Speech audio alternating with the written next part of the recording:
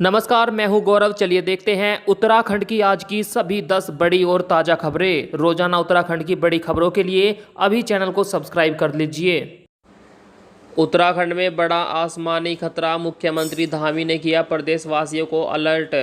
मौसम विभाग के अनुमान के मुताबिक 26, 27 और 28 जुलाई को राज्य के सभी जिलों में बारिश की भारी संभावना है। वहीं 28 जुलाई तक राज्य में ऑरेंज अलर्ट जारी किया गया।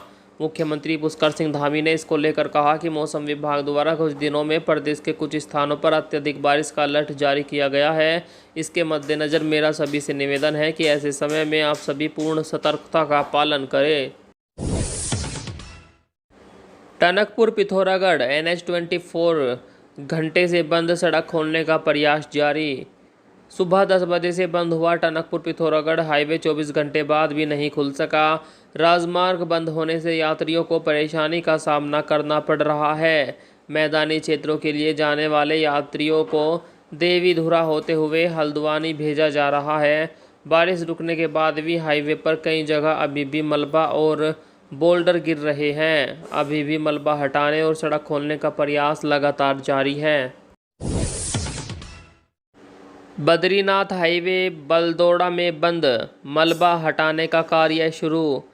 बद्रीनाथ हाईवे जोशमीट और गोविंद घाट के बीच बलदोड़ा में मार्ग बाधित है। रात को करीब 10:30 बजे यहां चट्टान का एक हिस्सा टूटकर हाईवे पर आ गया था, जिससे गोविंद घाट, पांडुकेश्वर, फूलों की घाटी, बद्रीनाथ व आसपास के गांवों की आवाजाही ठप पड़ गई है।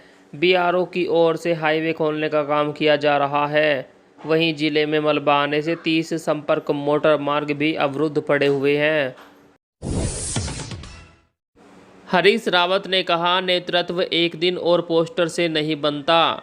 पूर्व मुख्यमंत्री और चुनाव संचालन समिति के अध्यक्ष हरीश रावत का फोकस पूरी तरह से चुनाव पर है।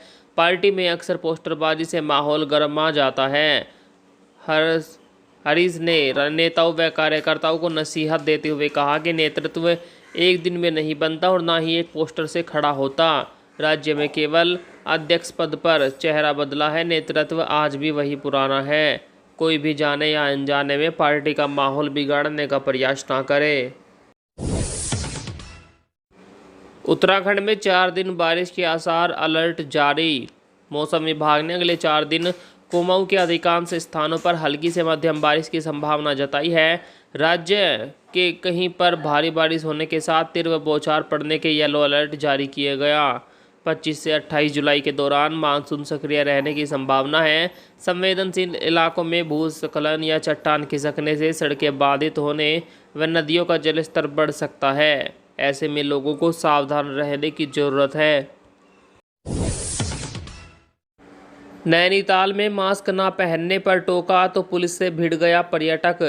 नैनीताल जिले के मल्ली ताल चौकी के पास बिना मास्क के आवाजाही कर रहे एक पर्यटक को पुलिस ने रोका तो उसने बवाल मचा दिया। वह खुद को अधिवक्ता बता के पुलिस को धमकियां देने लगा और हाथापाई पर उतारू हो गया। पुलिस उसे कोतवाली लेकर पहुंची। मुकदमा दर्ज होने के बाद सुनी तो पर्यटक के तेवर ढीले पड़ गए। लुधियाना पंजाब निवासी सुमित चावला के खिलाफ 81 पुलिस एक्ट के तहत चालानी कार्रवाई करके छोड़ दिया गया। उत्तराखंड में आज आधी रात से हड़ताल पर चले जाएंगे बिजली कर्मचारी। उत्तराखंड में ऊर्जा कर्मियों ने 26 जुलाई को दिन में सत्याग्रह और शाम को रैली निकालकर विरोध दर्ज करने का फैसला किया है।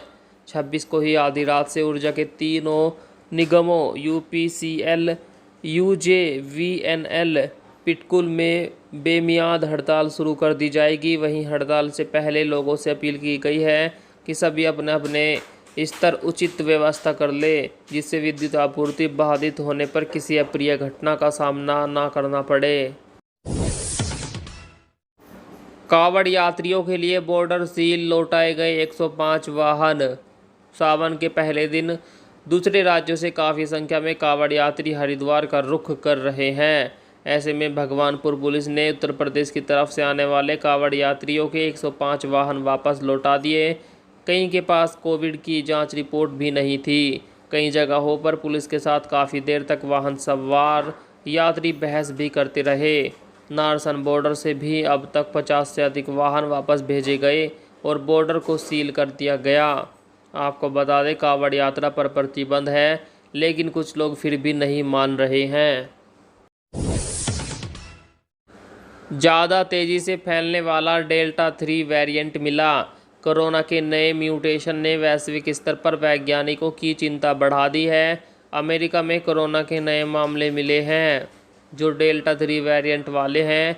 डेल्टा 3 वेरिएंट ना सिर्फ सबसे ज़्यादा फैलने की क्षमता रखता है, बल्कि वैक्सीन ले चुके या फिर संक्रमित हो चुके व्यक्तियों को भी अपने चपेट में ला सकता है।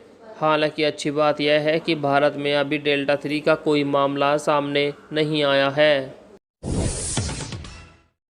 चिदंबरम बोले, प्रधानमंत्री साफ साफ बताए जासूसी हुई या नहीं। पेगासस जासूसी मामले पर कांग्रेस के वरिष्ठ नेता पी चिदंबरम ने केंद्र सरकार पर जमकर हमला बोला। उन्होंने कहा, प्रधानमंत्री नरेंद्र मोदी को संसद में स्पष्ट बयान देना चाहिए कि क्या जासूसी की गई थी या नहीं। यह मामला गंभीर है। सरकार को या तो इन सभी आरोपों की जांच संयुक्त संसदीय समिति से करवानी चाहिए या फिर इसकी जांच के लिए सुप्रीम कोर्ट के मौजूदा जज की नियुक्ति करने का अनुरोध करना चाहिए। किसान नेता राकेश टिकैत बोले, किसान संसद चलाना भी जानता है और गांव में सबक सिखाना भी। किसान नेता राकेश टिकैत फिर केंद्र सरकार पर निशाना साध रहे हैं। उन्होंने कहा कि किसान संसद से किसानों ने गूंगी बहरी सरकार को जगाने का काम किया है। किसान संसद चलाना भी जानता है और अनदेखी करने वालों को गांव में सबक सिखाना भी जानता है। बुलावे में कोई ना रहे। मालूम हो कि संसद के मानसून सत्र के दौरान किसान संसद के पास जंतर मंतर पर अपनी किसान संसद चला रहे हैं। आज किसानों की संसद महिलाएं चलाएंगी। और साथ ही आपको बता दें कि उन्होंने कहा कि पिछले 2 सालों से प्रधानमंत्री मोदी की सरकार सत्ता में है और 3 साल अभी बचे हुए हैं। उन्होंने कहा 3 साल के बाद दूसरी सरकार आएगी, उससे इस मसले पर बातचीत की जाएगी। अल्मोड़ा की लीसा फैक्ट्री में लगी भीषण आग, 1 करोड़ के नुकसान का अनुमान। अल्मोड़ा जिले के धौला देवी ब्लॉक के तोली में लीसा फैक्ट्री में भीषण आग लगी है। कामगार अपनी इकाई में काम कर रहे थे। आशंका है कि केमिकल प्लांट में मशीनों के ओवरहीट होने से चिंगारी उठने के बाद आग लगी। इसी दौरान एक के बाद दूसरा प्लांट आग की चपेट में आ गया। दमकल के 3 वाहन काबू पाने में जुट गए। फैक्ट्री मालिक गिरीश पेटशाली के अनुसार प्लांट में 1 करोड़ की क्षति हुई है। भारी बारिश से तबाही, महाराष्ट्र में अब तक 113 लोगों की मौत है। देश के कई हिस्सों में भारी बारिश का कहर जारी है। महाराष्ट्र में बाढ़, भूस्खलन और बारिश से बीते 24 घंटों में 1 और व्यक्ति की मौत हुई। इसके साथ ही इन हादसों में मरने वालों की संख्या बढ़कर 113 हो गई।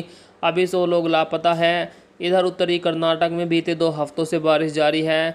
72 घंटों के अंदर 9 लोगों की यहां पर मौत हुई, जबकि 3 लापता हैं। यहां अब तक 31,360 लोगों को विस्थापित किया गया है। आपको बता दें, देश के अलग अलग हिस्सों में जोरदार बारिश चल रही है, जिससे घटनाएं बढ़ रही है। मोबाइल सिम की तरह बदल सकेंगे बिजली कनेक्शन, सरकार ला रही नया कानून। सरकार मानसून सत्र में इलेक्ट्रिसिटी बिल 2021 को कैबिनेट में मंजूरी के लिए रख सकती है। नए संशोधित कानून के अनुसार उपभोक्ता बिजली का कनेक्शन ठीक उसी तरह बदल पाएंगे जैसे वे मोबाइल कनेक्शन को पोर्ट कराते हैं। सरकार का कहना है कि इससे बिजली उपभोक्ताओं को बेहतर सुविधा मिलेगी। हालांकि इस बिल का कई संगठन विरोध भी जता रहे हैं। उनका कहना है कि इससे बिजली निजी हाथों में चली जाएगी। 10% बच्चे ही पढ़ाई के लिए यूज करते हैं स्मार्टफोन। 59% मैसेज करने के लिए। National commission for protection of child rights ने बच्चों के मोबाइल यूज करने पर एक स्टडी की है। इससे पता चला कि 59% बच्चे स्मार्टफोन का इस्तेमाल केवल मैसेज ऐप, फेसबुक वगैरह चलाने के लिए करते हैं। सिर्फ 10% बच्चे ही ऑनलाइन पढ़ाई के लिए इसका यूज कर रहे हैं। 30% बच्चों के पास अपने स्मार्टफोन है। स्टडी में कहा गया है कि 13 साल की उम्र के बाद के बच्चों में खुद का स्मार्टफोन यूज करने का ट्रेंड बढ़ रहा है। कोरोना ने फिर बढ़ाई टेंशन, 24 घंटों में मिले 39,000 से ज़्यादा मरीज। देश में कोरोना के बढ़ते मामलों ने एक बार फिर चिंता बढ़ा रखी है। स्वास्थ्य मंत्रालय के मुताबिक पिछले 24 घंटों में देश में कोरोना के 39,742 नए मामले सामने आए हैं, जबकि इस दौरान 535 मरीजों की मौत हुई है। कोरोना के नए मामले सामने आने के बाद देश में कुल संक्रमित मरीजों की संख्या अब 3,13,71,901 हो गई है। देश में अब तक कोरोना से 4,08,212 मरीजों की मौत हो चुकी है। मीराबाई ने पिज्ज़ा खाने की जताई थी इच्छा, अब लाइफ टाइम मिलेगा free. Pizza company Domino's India ने Olympic silver medallist Mirabai Chanu को लाइफ टाइम फ्री पिज्ज़ा देने की घोषणा की है। कंपनी ने इसकी जानकारी अपने ट्विटर पर दी। दरअसल हाल ही में दिए एक इंटरव्यू में मीराबाई ने कहा था कि वह पिज्ज़ा खाना चाहती है क्योंकि बहुत लंबे समय से वह पिज्ज़ा नहीं खा पाई। अब डोमिनोज इंडिया ने चानू को उम्र भर फ्री में पिज्ज़ा देने की घोषणा की है।